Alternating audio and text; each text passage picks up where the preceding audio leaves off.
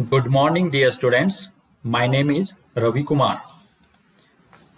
Welcome to our Vivardhan, the e-learning education. Today, we are going to discuss a very important topic in our syllabus of CBSE board of grade 10 of the subjects mathematics. Okay? तो unit 7 में आपको actually दो topics दिए हैं, एक है statistics और दूसरा है प्रोबेबिलिटी। आज हम प्रोबेबिलिटी के बारे में डिस्कस करने वाले हैं।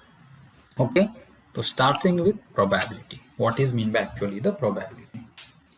तो मैं पहले आपको प्रोबेबिलिटी का इंट्रोडक्शन बताता हूं और उसके बाद हम एक छोटा सा न्यूमेरिकल लेंगे और प्रोबेबिलिटी की डेफिनेशन समझ के लेंगे।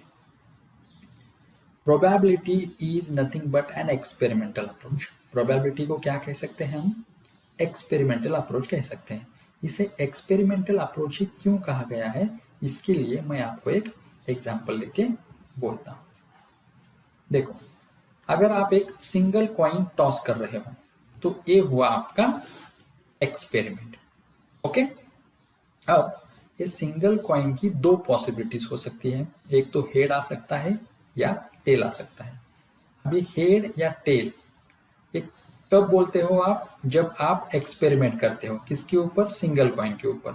अभी आप अप्रोच कर रहे हो, या मेरा हेड आने का अप्रोच है, कोई बोलता है मेरा टेल आने का अप्रोच है। ये जो अप्रोच आप बोल रहे हो एक्सपेरिमेंट करते टाइम, और वो एक्सपेरिमेंट के लिए कर रहे हो, इसीलिए प्रोबेबिलिटी को एन एक्सपेरिमेंटल अप्रोच कहा गया है। तो जब भी आप कोई भी एक्सपेरिमेंट करोगे और एक्सपेरिमेंट के पहले आप कोई अप्रोच बोलते हो, approach is nothing but possibility, actually possibility बोलते हो, तो ये हम क्या कहते हैं? उसी को हम प्रोबेबिलिटी कहते हैं।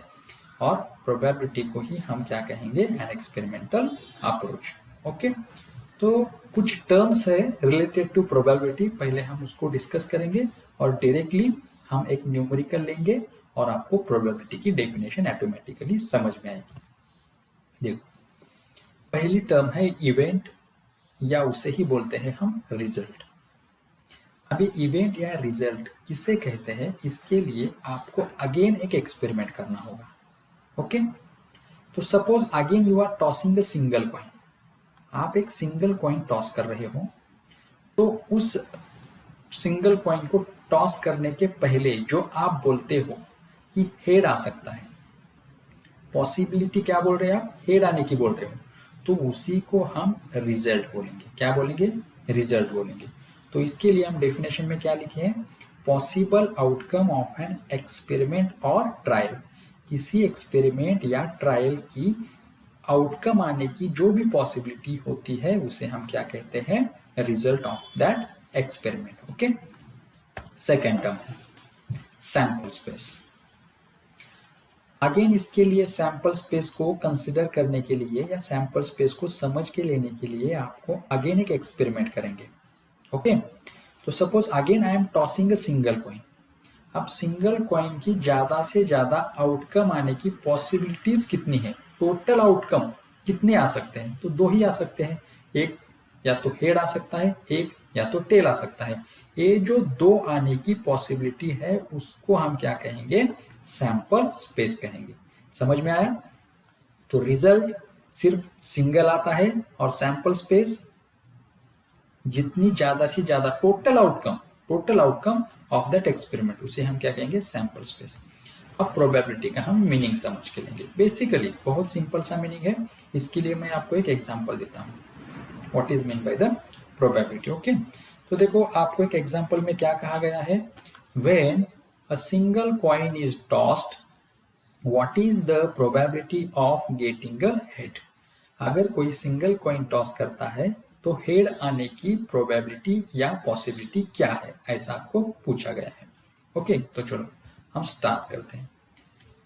अब हमें क्या दिया गया बेटा? हेड आने के लिए हमें हेड आने की पॉसिबिलिटीज के लिए कहा गया है, तो हम इसको एक इवेंट कंसिडर करेंगे।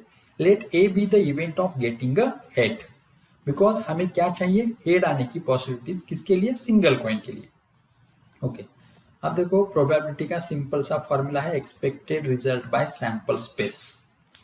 अब ये बेसिक फॉर्मूला का यूज करके हम इस न्यूमेरिकल को सॉल्व करेंगे।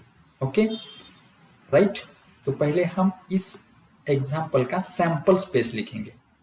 देखो सैंपल स्पेस क्या हो सकता है,